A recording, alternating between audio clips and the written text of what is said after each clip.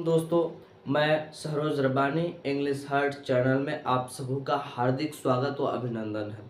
तो आज हम लोग पढ़ने वाले हैं कि मीडियम किसे कहते हैं, माध्यम किसे कहते हैं।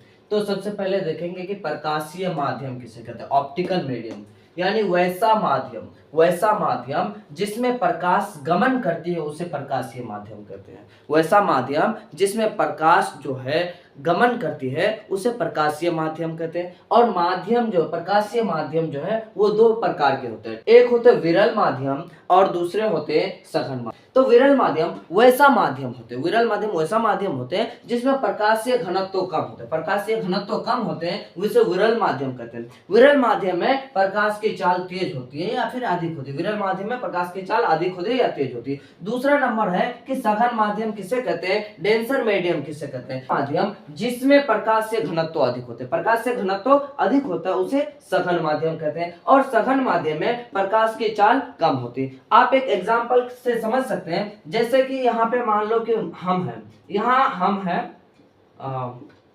ठीक है, यहाँ हम है और यहाँ एक मेरा दोस्त है और एक दोस्त मेरा और है। ठीक, अब क्या हुआ कि हम कहीं जा रहे थे, जाते जाते अचानक मेरा गाड़ी हो गया पंचर। मेरा गाड़ी क्या हो जाता है कि गाड़ी पंचर हो जाता है। तो हम अपने इस दोस्त को फोन किए कि मेरे दोस्त, मेरा गाड़ी पंचर हो गया है, तुम आओ जल्दी। तो उन्होंने कहा कि रुकिए भाई, हम अपने पेरेंट्स के साथ रहते हैं तो हम अपने पेरेंट्स से पहले इजाजत ले लेते हैं, उसके बाद जाएंगे। अगर जाने बोलेंगे तो जाएंगे, नहीं तो नहीं जाएंगे। फिर हम सोचे कि चलो भाई उसका शायद लेट हो सकता है, तब फिर हमने इसको फोन मिलाया, इस दोस्त को। इनको जैसे ही हमने फोन मिलाया वो तुरंत मेरे पास पहुंच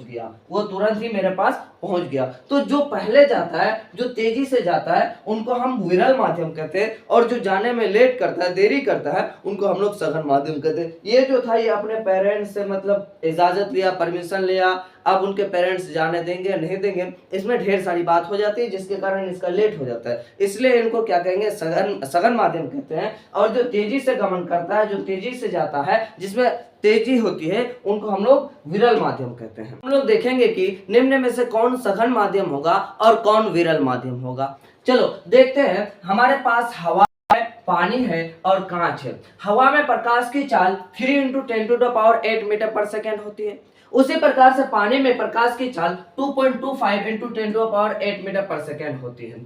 और कांच में प्रकाश की चाल 2 × 10⁸ मीटर पर सेकेंड होती है। इनको अगर किलोमीटर में बदला जाए तो 3 लाख किलोमीटर पर सेकेंड हो जाएगा, यहाँ 2.5 लाख किलोमीटर पर सेकेंड हो जाएगा और यहाँ 2 लाख किलोमीटर पर सेकेंड हो जाएगा। अब हम देखते हैं कि हवा और पानी में कौन सघन होगा, कौन विरल होगा। हमने बताया था जिसमें प्रकाश की चाल अधिक होती है वो क्या कहलाता है, विरल माध्यम कहलाता है। हवा और पानी में अगर दोनों में देखा जाए तो हवा में प्रकाश का चाल अधिक होने के कारण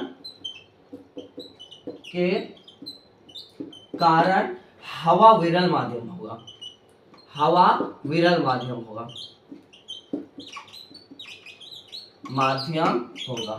और पानी में प्रकाश का चाल कम होने के कारण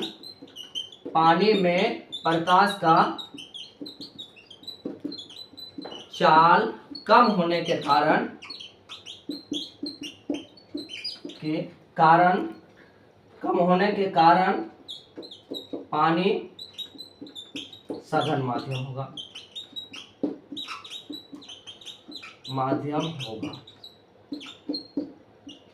उसी प्रकार से अगर पानी और कांच को देखा जाए कि पानी और कांच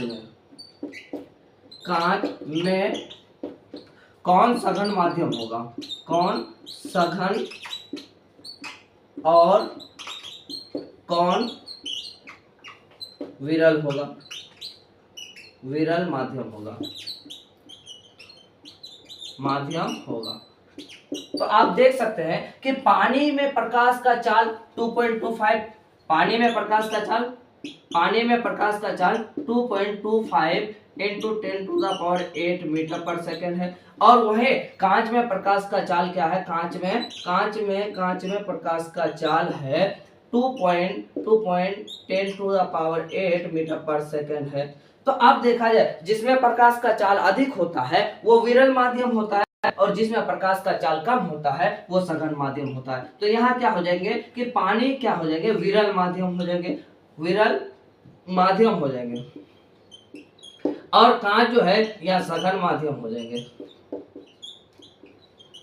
क्योंकि हम नोट में देखेंगे विरल माध्यम और सघन माध्यम से संबंधित कुछ तथ्य। अब देखो हवा और पानी में हवा विरल माध्यम होगा, हवा पानी में हवा क्या हो जाएंगे, विरल माध्यम हो जाएंगे, रेयर मीडियम हो जाएगा, रेयर मीडियम हो जाएंगे, और पानी जो है पानी सघन माध्यम हो जाएंगे। क्योंकि हवा में प्रकाश का चाल अधिक होता है इसलिए हवा विरल माध्यम हो जाएंगे, और पानी में प्रकाश का चाल कम होने के कारण पानी सघन माध्यम हो जाएंगे। दूसरा पॉइंट है हमारा, पानी और कांच में पानी विरल माध्यम हो जाएंगे, पानी और कांच में पानी विरल माध्यम हो जाएंगे और कांच सघन माध्यम हो जाएंगे। क्योंकि पानी में प्रकाश का चाल अधिक है, 2.25 इंटू 10⁸ मीटर पर सेकंड है, और कांच में प्रकाश का चाल 10⁸ मीटर पर सेकंड है।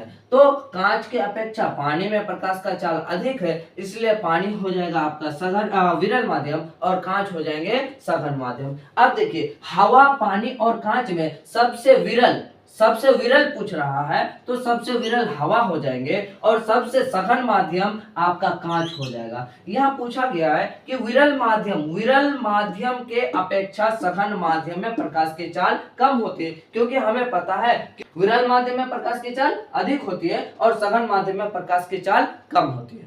जैसे माध्यम का घनत्व बढ़ता है वैसे वैसे माध्यम सघन होते जाता है। अगर माध्यम का घनत्व बढ़ेगा तो माध्यम क्या होते जाएंगे, सघन होते जाएंगे। सघन माध्यम होना मतलब प्रकाश की चाल कम होना, और जैसे जैसे माध्यम का घनत्व घटता है वैसे वैसे माध्यम विरल हो जाते हैं। विरल माध्यम होना मतलब प्रकाश का चाल तेज होना, प्रकाश की गति तेज हो जाना। घनत्व का मान बढ़ने पर प्रकाश की चाल घट जाती है। घनत्व का मान बढ़ेगा, घनत्व का मान अगर बढ़ता है तो प्रकाश की चाल क्या हो जाती है कि भाई घट जाती है, और घनत्व का मान अगर घट जाता है तो प्रकाशीय चाल बढ़ जाती है। घनत्व का मान घटने पर क्या हो जाती है कि प्रकाशीय चाल बढ़ जाती है, और घनत्व का मान अगर बढ़ेगा तो प्रकाशीय चाल घट जाएगी।